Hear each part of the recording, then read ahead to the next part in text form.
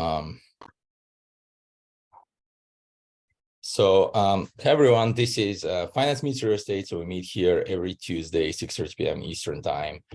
We have amazing guests here every week. I've hosted over 100 people from the real estate industry, prop tech, finance industry, some blockchain also, etc. And so today we have Isaac Weinberger here today. So he's going to talk about cost segregation. So he's with Madison Specs, which is a great firm in the space. So Isaac, he has helped many professionals offset like millions in tax liabilities throughout his career. And he's very passionate about networking, connecting with people. That's how we've connected also. That's how I've connected with him on LinkedIn. And so his entrepreneurship began when he spoke at his grade school dinner at the age of 12 in front of 2,500 people. And one of the attendees was Joe Biden, and that formed kind of his ambition for business. And he has been organizing events as well. I've seen some of those myself on LinkedIn, actually. And he's been coming up with different innovative ideas and in many different domains. And believe managing a designer quoting line as well, and many more. So today's topic is cost segregation 101. So if you guys have any questions, feel free to speak up or put them on the chat. We are doing like a pretty open discussion. So with that, I'm gonna pass it on to Isaac. And yeah, once again, if you guys have any questions, either raise your hand or just put your questions on the chat. And I'm gonna relate my questions as well. So that's it. Yeah, go ahead, Isaac. Yeah. Okay. Hey everybody. I really appreciate Stefan you hosting me tonight. Thank you very much for the warm introduction. Listen, I have who to follow. I see you doing some great stuff in the real estate space, and it's not who you know, it's not what you know, it's who you know. And thank God I've met so many great people like you, and I'm excited to meet some more people here tonight and expand my network. Mm-hmm. Everybody always could help each other. I could help out with cost seg, and this person could help out with that. And everybody does better as a team. So I appreciate that. Right. So yeah, go for it, Stefan. So yeah, and I do really appreciate having you on, actually. And hold on just one second. Finance Meets Real Estate. We meet here every Tuesday on the background. 6:30 p.m. Eastern Standard Time. Hold on. Sorry about that. We're gonna cut this out. And so yeah, anyways, and so like so just like for our audience, like so I've done cost seg myself. I believe I'm doing my third cost segregation right now. And so, but for our audience, like, what is cost seg? Like, is it just to kind of clarify, is it a tax strategy? Is it an engineering kind of approach that then helps tax strategy? How does it feed into like usual CPA's work? Let's start with that. Mm-hmm. Absolutely. So all the way back from the beginning, how does it work? What is cost seg? And the answer is the following. Let me give you an example. Stefan, I owe you $100. There's two ways for you to collect your money. The first option that I give you is $10 a year for 10 years. Okay, and the second option is 20 to 30 bucks in year one, and then the following $70 in the following 9 years.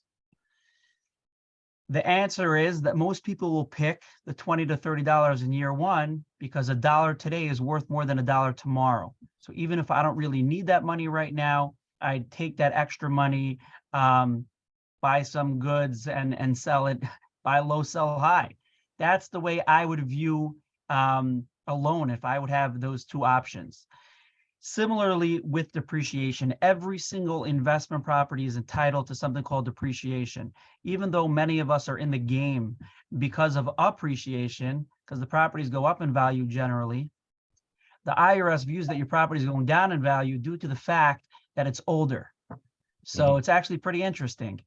We're benefiting simultaneously from the property appreciating, but also we're benefiting from the fact that the IRS and Congress view that your property is going down in value due to the fact that it's older.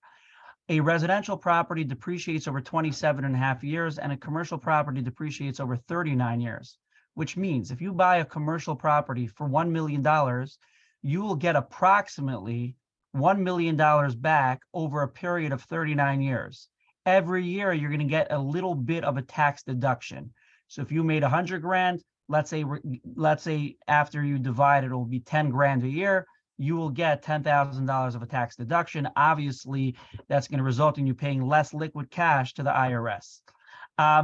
That's standard depreciation, which has been going on for tens and tens of years. I don't know when cost segregation was introduced, but many, many moons ago, cost segregation was introduced for the following reason. It's interesting, and I'm not going to call out all accountants. Accountants are great, and they're not doing anything wrong with the following that I'm going to say, but you'll understand after I lay it out there. Every property is made up of three different components. There's structure, which is the walls and the base of the property. Then there is land improvements, which is landscaping, parking lots, etc. Then there's chandeliers, flooring, and cabinetry. That is considered the 5-year components of the property. So it's really broken down into three parts. The structures depreciates over 27.5 or 39 years. The land improvements depreciate over 15 years. And the chandeliers, cabinetry, flooring, and those types of items depreciate over 5 years. A regular accountant throws all three under long-term depreciation because he does not know how to segregate it properly. He's not a licensed engineer. He's not a cost seg company. He does not know how to do it properly, not because he's not good, he's great, but that's not what you hired him to do. That's past his pay grade. We as a cost seg company, we come in and we identify the 5 and 15-year components. And once we identify the 5 and 15-year components, they can all be taken on year one as of last year. Now, I don't want to lose you because this is stuff that took me weeks and months to learn and really get the hang of it. So just to start slowly for a second, there's regular depreciation, which has been going on for decades. Then cost segregation was introduced to allow cost seg firms to come in and identify different components in the property that have shorter lifespans, resulting in you getting a larger write-off earlier on. This is prior to bonus depreciation. In 2017, Congress introduced something called bonus depreciation, which allowed for a property owner to take all 5 and 15-year components on year one. So it's really a three-part process. There's number one is regular depreciation. That's something called straight line. If you buy a property for $1 million, a residential property, you will approximately get $30,000 as a tax deduction every year for 27.5 years. Then we have cost segregation, which accelerates your depreciation. Certain components are accelerated from 27.5 to the 5 and 15-year bucket. And then in bonus depreciation, when that was introduced, that enabled all the 5 and 15-year property, all the 5 and 15-year components to be taken on year one. But the only way to get bonus depreciation is by doing a cost segregation study, because you could only see what are 5 and 15-year components after you come in and identify them. I hope that makes sense. That is the gist of cost seg. And obviously there's going to be a lot more tonight to discuss different things, but that is the idea of accelerated depreciation. Yeah, that makes a lot of sense. So you do need to segment out the 5 and 15 year before you can take the benefits of what we now have as bonus depreciation. But now bonus depreciation, as perhaps some of the people in the audience might know, has been, sort of started getting phased out over a 5-year period, right? So what is 2022 was the last year with 100%, right? And 80 and so forth. So like, what is your view on that? Like, is that something that perhaps the US government is going to come up with another substitute of it in the future? Or like, what is your kind of expectation? That's a great question. Great question, Stefan, and a very, very important point, because there's a lot of misconceptions about this.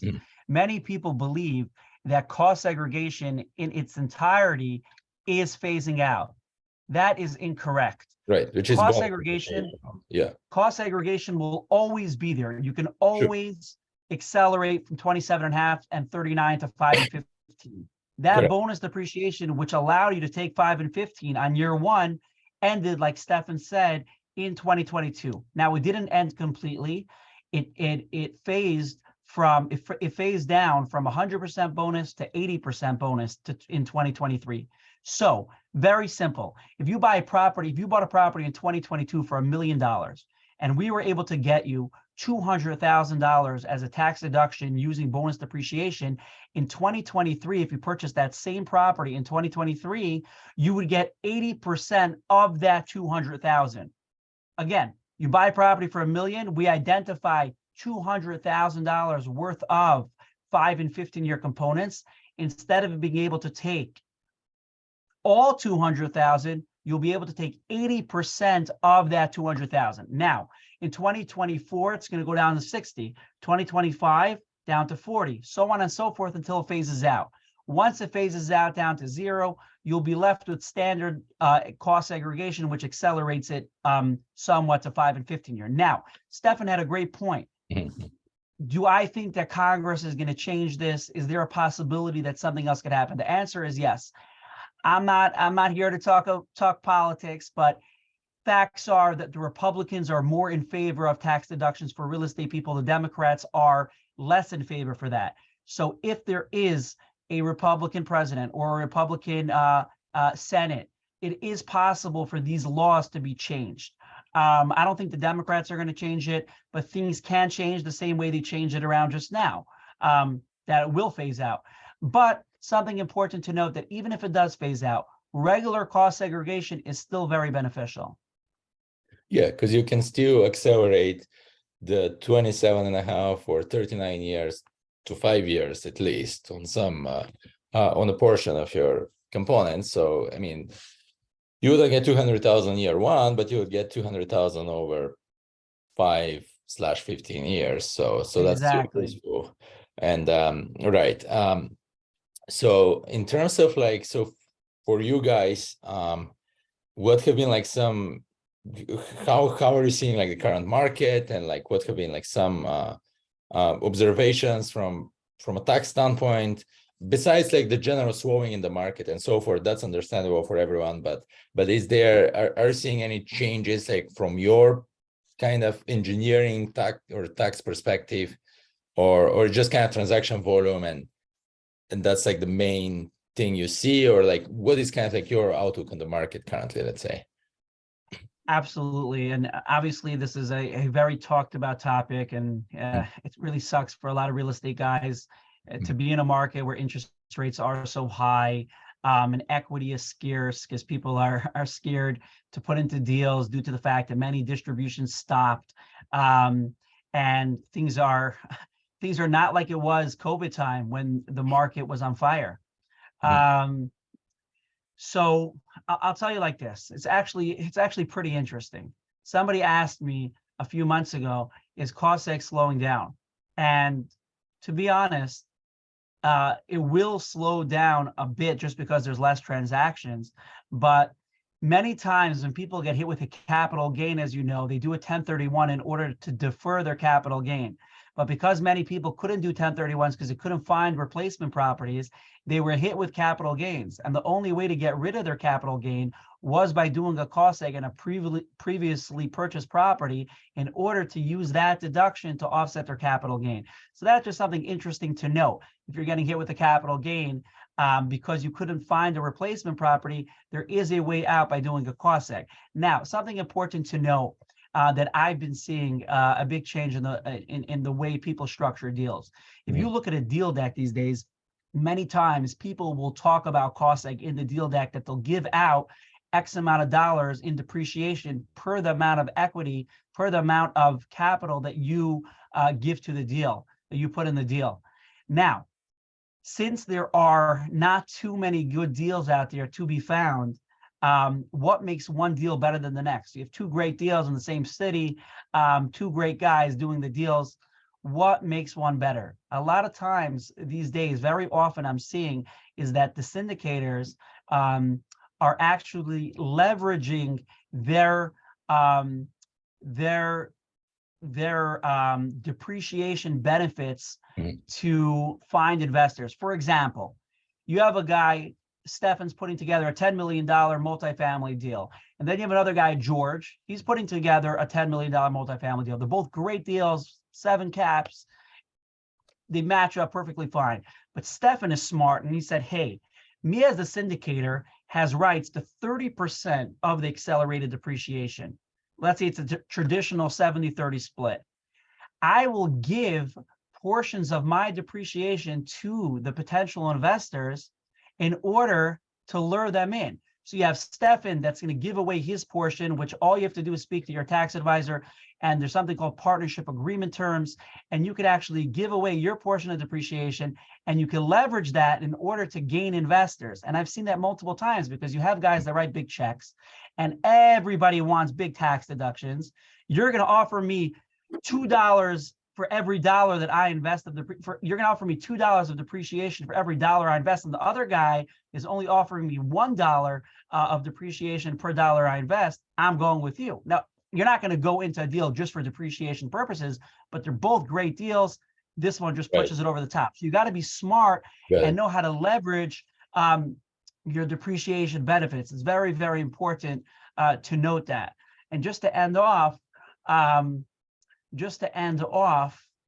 will say, yes, the market is scary. Yes, interest rates are high, but obviously you guys know this. Sellers are not getting the asking prices that they want. So if you have savvy guys, I've seen a couple guys put out some nice deals that they got their hands on due to current situations and contracts. People falling out. You try to come in right away when somebody else falls out due to the fact that he couldn't get financing. You're going to get a much better deal than when the market was so sizzling hot and everybody was sitting there bidding on each other to try to get their LOI accepted. So obviously it's not the best, and it's not like something that we want, but there are certain avenues that you can take to take advantage of it. Right. Yeah. That's a great point. And to your point, apparently more sponsors are trying to kind of juice up their offering by improving the depreciation benefits they're providing to their investors, but kind of giving up their own portion of those and so forth. So that's pretty interesting. And so you guys, like Madison Spec, so you're big firm in the space. So what is, from your perspective, like within like a cost segregation being done amongst different firms, like what makes a cost seg company better than other companies? That's a great question. That's a great point. Many times I'm on the phone with potential clients and they'll say, hey, Isaac, you sound like a nice guy, but I've been working with this company for the past couple of years. What makes you better? Why should I switch over? Why should I feel safe with you? And I think the answer is very simple. Obviously, the person that I'm on the call with, or whoever I'm dealing with, has to get that gut feeling that I have their back and I have their correct and right interest in mind. You have to find a person, and I believe myself at Madison, and Madison as a whole is a very, very honest firm. We'll never push a client into something that we think is not good for him. For example, okay? If I know that there's a chance that the client might sell, I'll ask because if you sell a property, something very important to know, there's something called recapture. Recapture means, just like a 1031 exchange, you're deferring your capital gain, but ultimately if you sell the next property and you don't 1031 it again, you're going to get hit with the capital gain. So too by cost seg. The way it works is that you have that tax deduction so long that you hold on to the property. The second you sell the property, if you don't do a 1031, you're going to get hit with recapture, which means the same tax liability that you had, you're going to have to pay back in a couple of years from now. And many people still like doing cost seg because of time value money. It's like an interest-free loan to have that cash in your hand for a few years. But the idea is that there are downsides to cost seg, and I will make sure that it's reverberating in my clients' ears is that, hey, I want you to understand 100% that there are downsides. There are upsides. I believe that the upsides outweigh the downsides, but play out every single scenario. Try to be as honest as possible. I know that at Madison, besides the honesty, something that they're very into, something that we're very into is giving back. So it's not like, hey, we're a classic Walmart store. You come shop at us and then you come back again the next time. All of our clients, we sit there and we go through our Rolodex and say, hey, how can we help them? And I've helped clients with equity, with off-market deals, with many, many things. We host a conference every single year in Florida together with Meridian Capital Group. We bring in many of our clients. There's thousands and thousands of units combined between the operators there. So we love giving back. And obviously you have to find a company that has cost seg competence. And we've been around for 20 years. And I'm not here just to pitch myself, but the idea is whoever you're going to ultimately choose, even if it's not me, you got to make sure that the company that you use for a cost segregation study is going to audit protect what they're taking. So even if their numbers look better than our numbers, make sure it's audit protected. You don't want to get audited, God forbid, and they have no way to back up the aggressiveness that they gave you. At the same time, you want great numbers, you want great pricing. So Madison overall tries to be there for the client in every single way. And this is companies in general. I work a lot with many brokers and finance guys because we share a lot of clients. And what I see from the clients are that they want somebody that they could trust and somebody that has their back, not somebody that's just going to rape them every single time they have something to possibly do. And I've told clients before, don't do this study. And he's like, hey, Isaac, I'm leaving it up to you. You can make a commission here. I'm like, it's not smart for you to do this. And I'm like, thank you for your honesty. So I think honesty is important. Competence is important, a track record. And yeah. Got it. Yeah. So you basically, a good firm in the space takes their clients' interest at heart. And if in the event the cost outweigh the benefits of doing cost seg, it's sort of recommending to them, okay, you don't need to do it. It's better not to in that case. And that kind of honesty breeds, better relationship in the long run. And so in terms of the downsides, once again, so like what are some potential downsides there that can be to doing cost seg? Like what are scenarios in which it may not be beneficial, let's say? Exactly. So like I said, recapture is really the only downside. So recapture means, again, just to make it clear, that you buy a property in 2023, you do a cost seg.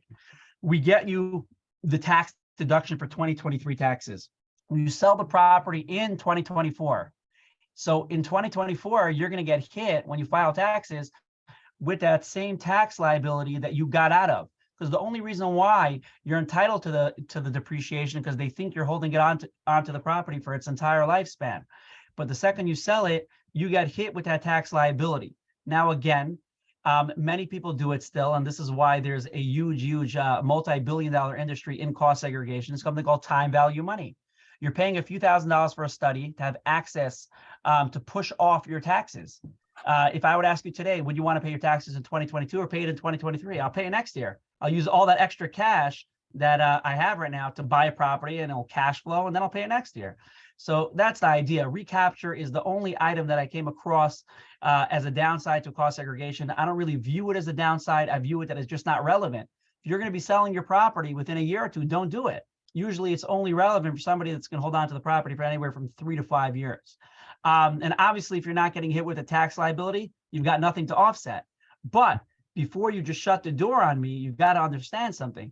Even if you're not getting hit with a tax liability, maybe your spouse is, maybe your investors are, maybe an LLC that you have in your name is getting hit with taxes. So that's just something to speak to your tax advisors, to your cost segregation specialist, to your CPA about before you make a decision one way or the other. Mm-hmm. But then the perspective that you mentioned a little bit earlier, where some investors might sort of use cost seg as and it's not a logically strong substitute of 1031 in any way, but they sort of use it in place of a 1031 for offsetting their, instead of, if they don't find a 1031 and replacement property, they offset their tax liability for the same year doing a cost seg. So what is your view on that, considering that sooner or later, when you sell that property, let's say, assuming if it's not too high a horizon into the future, then okay, you would sort of, you're not really reducing the number of replacement properties you ultimately need to find. So it's kind of like just pushing it a little further, but it's not, how sound of a strategy is that, let's say, in your experience, like using cost seg in place of 1031, or should one still aim to complete their 1031? And so, yeah. That's a great point, Stefan.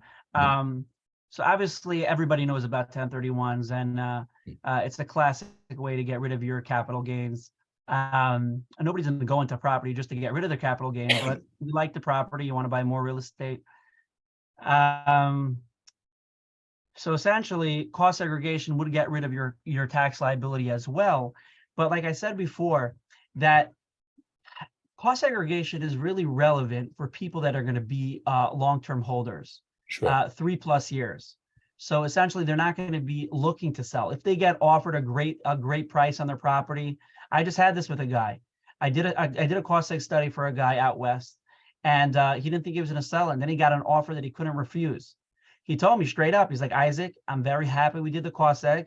I didn't know I was going to sell it, but he's like, I'm still happy I did it. Instead of paying his tax liability in 2022, he's going to be paying it in 2023. I look at it like this. I look at it very simply. This is the way I put it out to many potential clients and to many people that I educate. If I would offer you an interest-free loan, even for 1 year, would you take it? Everybody would say, yeah, offer Right. me, give me 50 grand. I'll throw it into a single family house or into as an LP, and then I'll pay my tax liability next year. Now, it's not an interest-free loan because you're paying a few $1,000s for the study, but ultimately you're kicking the bucket down the road. I would kick the bucket down the road as long as I can. Now, maybe somebody's going to tell me, hey, I'm going to be getting hit with $150,000 tax liability next year, plus this year. I'd rather just take care of it this year and divide it between this year and next year. I don't want it to just come at me as one lump sum of a tax liability. And I would answer them with the way my mind thinks is like this, is that what can I do? What is the value of that 50 grand, let's say, over the year? If I could buy a house and rent it out and cash flow, and then maybe do a heat lock or refi, whatever it is, and then pull out money and pay my tax liability with that. There's so many different points to parts to the equation. Right. Of course, that makes a lot of sense. And now, what is your view? I just have another question in terms of cost seg and in the context of syndications and 1031 context of syndications, because like in the syndication space, like 1031 is a little bit less common, right? Generally speaking, like you need to have like a tenant in common structure to be able to accomplish this. Generally speaking, I mean, you could try to 1031 the whole group together, but that's pretty hard for everyone to align and so forth. And so considering this, you know, at the same time, it appears that sponsors are able to kind of zero down their tax liability by the end of a year, generally speaking. So would you attribute that to, I guess, what you mentioned at the beginning, like them having access to that 30% cost seg on the 30% of the deal that is not their own funds, it's kind of like other people's money, and like being able to offset their own tax liability that way without the need to 1031 at all? And sort of like, what is your view on the interplay of syndication and cost seg and 1031? For sure. So it's a great point. So it's actually interesting because I deal with many different types of clients. I deal with Airbnb guys, and I deal with big syndicators. I deal with development guys. I deal with retail. I deal with triple net leases. So in the syndication world, and obviously the traditional split is a 70-30 split. And like you said, they're entitled to that 30% of depreciation upfront. And it can get complicated when you have different partners and there's ticks, like you said, tenants in common.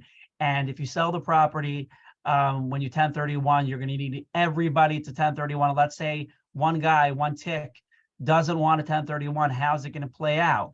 So it could get messy, but I think that overall, over the course of the past 5 years, that bonus depreciation became a hot commodity.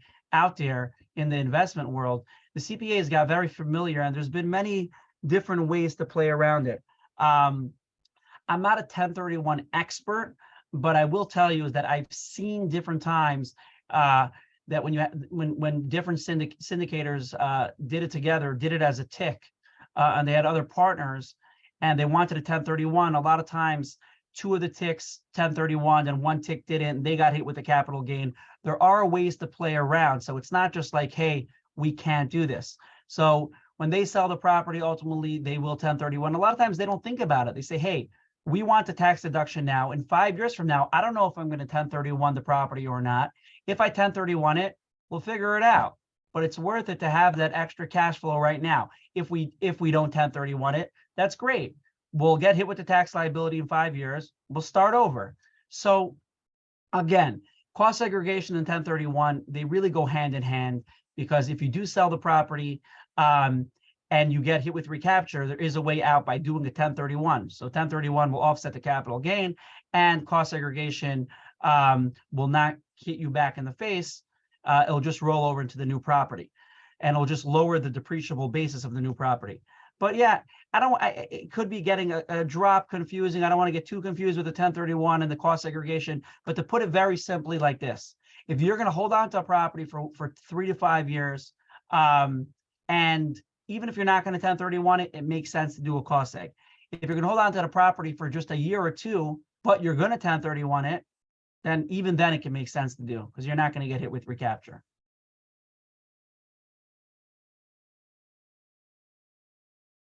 Can't hear you. Hold on, yeah, but I guess my question, and I'm not sure if you perhaps answered it in some way, but my question was, it almost feels to me like if we look at like bigger operators, let's say they have 100 million under management or 500 million under management, and it's typically the case, and maybe not everyone, but they kind of manage to kind of like zero down their tax liability by the end of the year, or at least in recent years has been the case in real estate. And so it almost has felt to me that cost segregation, or like, so to say, bonus depreciation is a big reason for that. But considering it's interesting that those guys, they actually do not 1031 all that much, because they're running projects for other people where it's like harder to 1031 because you need to coordinate everybody. But it seems to me it's like the value of being able to, what you described, 1031 on top of other people's money. So I feel like that's like almost a two for asset managers and kind of like people with like more significant assets under management to end up with a basically no tax liability by the end of the year. Is that something you've seen in the space, or would you say that's, or I guess you're not looking at it from their CPAs know that, you wouldn't see that part of the equation as to how that ends up? I don't see so much of that, but I do know that whenever they have the ability, if anybody's part of a deal and there's some leftover depreciation, they will plug it into their tax liability in order to get it. And obviously in a legal fashion, right, yeah, with of course, CPA's yeah. approval. And let's say certain investors don't need the depreciation, they'll take their portions. But again, just like there's a startup strategy with this, there's always an exit strategy. The CPAs are very familiar. Many CPAs you have to get a CPA that's very familiar with this.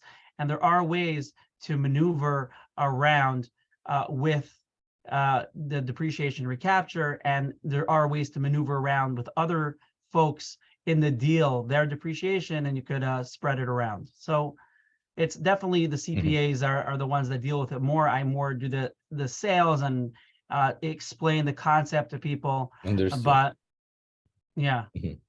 So Judy was asking on the chat, like, what are some situations where it wouldn't make sense to do a cost seg? But I guess you already answered that. So it's basically the recapture and the timeline for your deal. Like if you're doing a quick flip, I say, so to say, if you're going to hold it for a year, don't do it unless you're going to 1031. But any long-term hold from, let's say, 2.5, 3 years and above makes sense to do.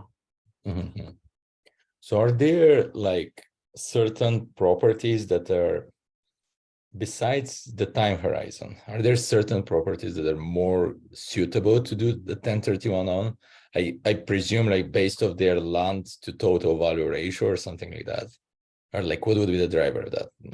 That's a great point. So I'll go through that quickly, the different asset types that you could expect. Okay. The best are car washes and gas stations. You could get like Okay. 95% of the purchase price. You purchase for like $1 million, you could get like $900,000 in year one. Different laws that went into effect due to, they classify some of the building as 15-year components. Then mobile home parks are anywhere from 50 to 75%. If it's park-owned homes, if it's tenant-owned homes, it's not as much. Multifamily, garden-style multifamily gets like 28 to 30%, like tennis courts and basketball courts. But if you have like a city-style multifamily where there's no parking lot, there's no basketball courts, no tennis courts, it's going to be closer to the 18 to 20% of the purchase price range. Single family also ranges from 15 to 25% of the purchase price in year one. It really depends if it's a city style property or a garden style single family. Medical office, retail is also anywhere from 15 to 20%. Depends how big the parking lot is, how much pavement you have. So many different factors. The lowest asset classes are self-storage and industrial, and I'll explain why. Generally, industrial and self-storage are hollow inside. So therefore, there's very few components to be taken. In a multifamily property, you got cabinetry, you got chandeliers, you got doors, you got flooring. And many times in industrial and in a self-storage facility, the flooring can't be taken. It's cement flooring, plus it's hollow inside. So what are you going to take? So you have the parking lot, you have the HVAC system. So generally it's less. So it really depends what your purchase price is. If you buy a property for 500,000, a self-storage facility for 500 grand, it probably won't make sense to do. But if you buy it for $1 million, even if I could get 10%, that's $100,000. When it comes to multifamily, I just did a $30 million property in Houston. The guy's getting, I forgot exactly, $7-8 million in accelerated depreciation. It's really incredible. Yeah, which is insane. Something to just note, I'll just add in. I would say you start contemplating a cost seg at $300,000 of a purchase price and above. That's something important to know. Okay, so that's a great point. That's a great point. I've wondered that myself in the past. And in terms of, so what makes, because I know you mentioned for self-storage and industrial, there just aren't that many components to those that would go into the 5 and 15-year bucket.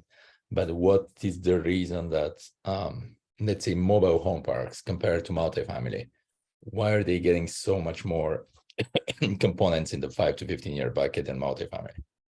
Great question. The answer is because mobile home parks are mobile. So Congress and the IRS, whoever made up the laws, they don't view the actual homes as a structural component. They view the actual home, even the outside, many times as a 5-year component. When you have a multifamily property and it's a brick building that's cemented and foundations into the ground, that structure, you can't classify it as non-structural stuff. Therefore, you can't take that. But by mobile homes, everything is mobile. So therefore, it can be considered assets, components, like 5-year components. I see. So even even the structural side of those is, or big part of the structural side of those is viewed as kind of transitory and in the 5-year bucket, which is quite interesting, right? And then what about like car washes and gas stations? Because I've seen those kind of mentioned on LinkedIn there, for their incredible tax benefits. Like, what distinguishes those? That's a great point, because according to what I just said, car washes are regular brick buildings on the outside. The answer is, I don't know why the government decided to do this. Okay, so like just the same answer, basically. So they just mainly have this kind of short-term. For some reason, they view the outside of the property, they view it as non-structural. It's very, very interesting. I don't know why they did that. Maybe they just woke up one day and they're like, hey, we're gonna benefit car wash people. But I don't know. But I was taught when I was young that when somebody gives you something good, you take it and run. You don't ask questions. Yeah, right. You don't ask too many questions for that, right? That makes sense. I agree, right? And in terms of another question, like I followed some of these like private equity guys that they would talk.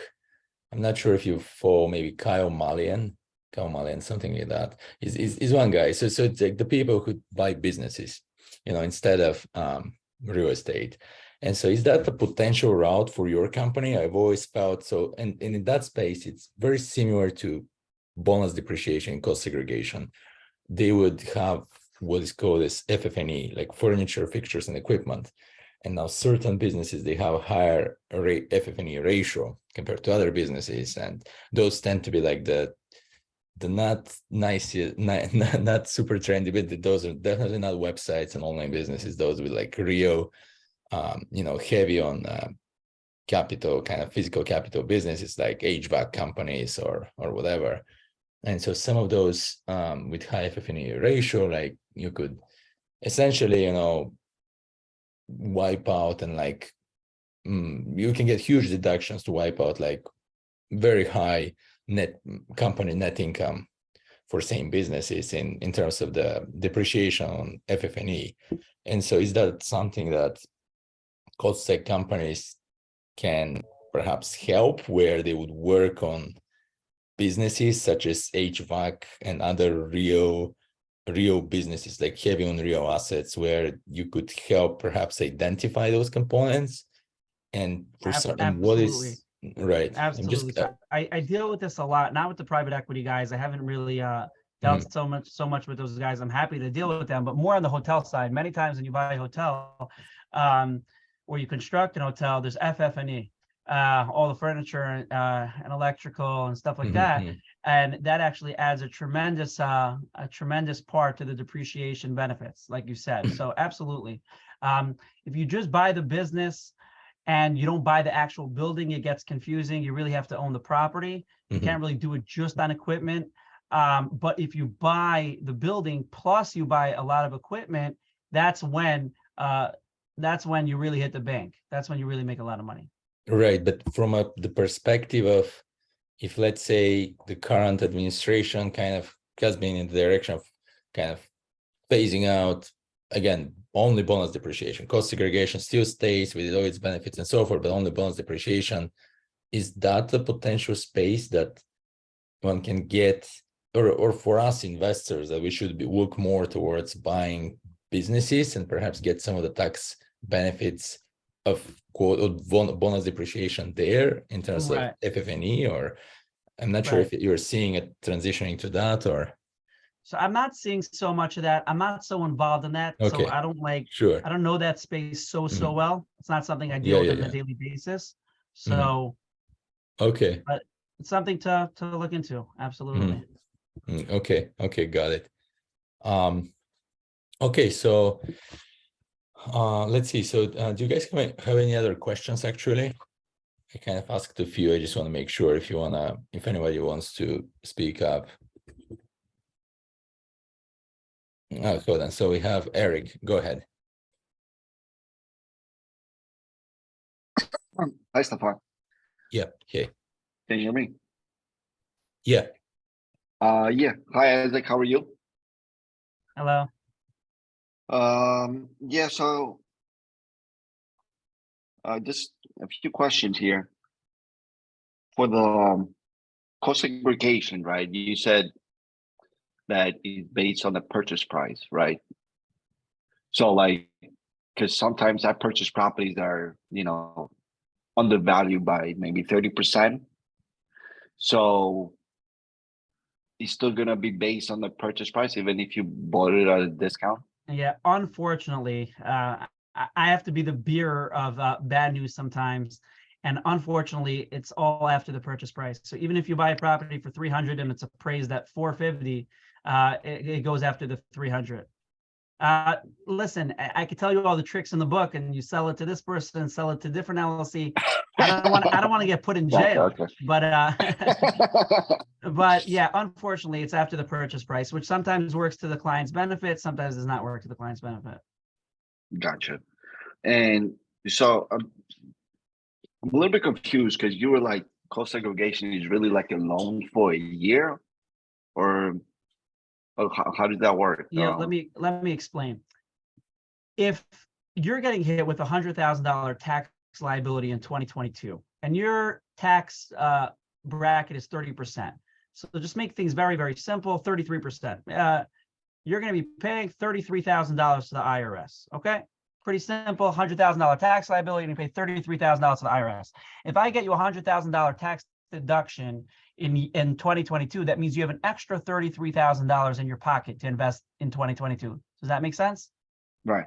So even if you sell the property in 2023, and you get hit with the same tax liability, then you had $33,000 to play around with for a year.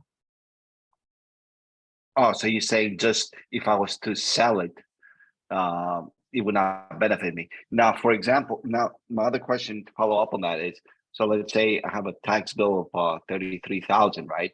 And you do a recapture. I think they call it bonus depreciation, where I get, I think on a multifamily in the city, you get somewhere between 18 to 20% of the purchase price around. Okay, yeah. So let's say I get on $1 million home. Let's say you could get me 200,000, right? And then my tax liability is 50,000, right? Now the rest goes on for the following years. Exactly. Very, very good point, Eric, that I did not talk about. Eric had a great question, guys and girls. If you have a $200,000 deduction and you only have a $50,000 tax liability, does the $150,000 go to the garbage? The answer is it never gets stale and it never gets bad. It rolls over on your K-1s or your tax returns, and you can use it indefinitely for the following years. Okay, great. And final question, hopefully. So for like small multifamily within the New York area, like let's say for example, a 4-family or a mixed-use property with maybe 2 apartments in the store. You said that it's worth to do a cost segregation anything over 300 that was purchased over 300,000, right? Now, what are the fees associated with getting this thing all done? It's a great question. So it really depends. The average multifamily property, we charge anywhere from $4,200 to $5,500 for the entire thing from top to bottom. A single family property usually is like $3,300, $3,500. And then like the big mixed use and the big retail shops generally are like $6,000. So it really depends what the cost benefit is. If you bought it for $1 million, you're getting a $200,000 write-off and you're going to be paying a couple $1,000s for it. That's a drop in the bucket. But if you purchased it for $300,000, then all you're getting is a $50,000 deduction, let's say, then it could be is not worth it. So it's really a case-by-case scenario of how much you purchased it for, how much are you getting, how much are we charging you, and that's something that I review with the potential clients. That doesn't make sense in this scenario. Gotcha. Okay, that sounds good. Thanks so much, Isaac. Eric, thank you for coming. Yeah. As far as your contact info, will be good to type it in the chat or something. Absolutely. So, Stefan, if you're able to, you know what, I could do that. I'll put it in the chat, and I'm very active on LinkedIn as well. So definitely connect with me on LinkedIn if you guys are active on LinkedIn. I'll write my phone number and my email. I would love to talk to all you guys, obviously. Weinberger.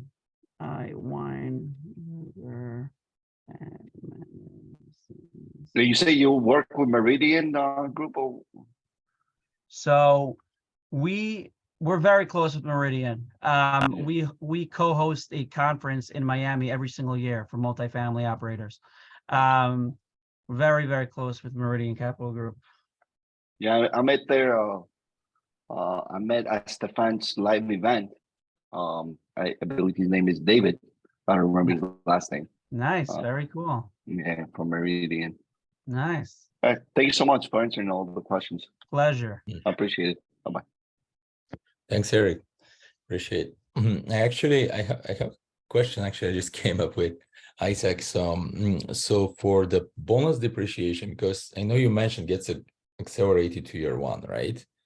But in the event, and it's kind of a specific situation I have, let's say myself, where I closed on an apartment complex December 28th, and my CPA and jointly with myself decision, submitting my taxes kind of now these days. As I did was actually let's kind of for the 3 days of ownership, let's sort of defer it and kind of start that property January 1st of this year.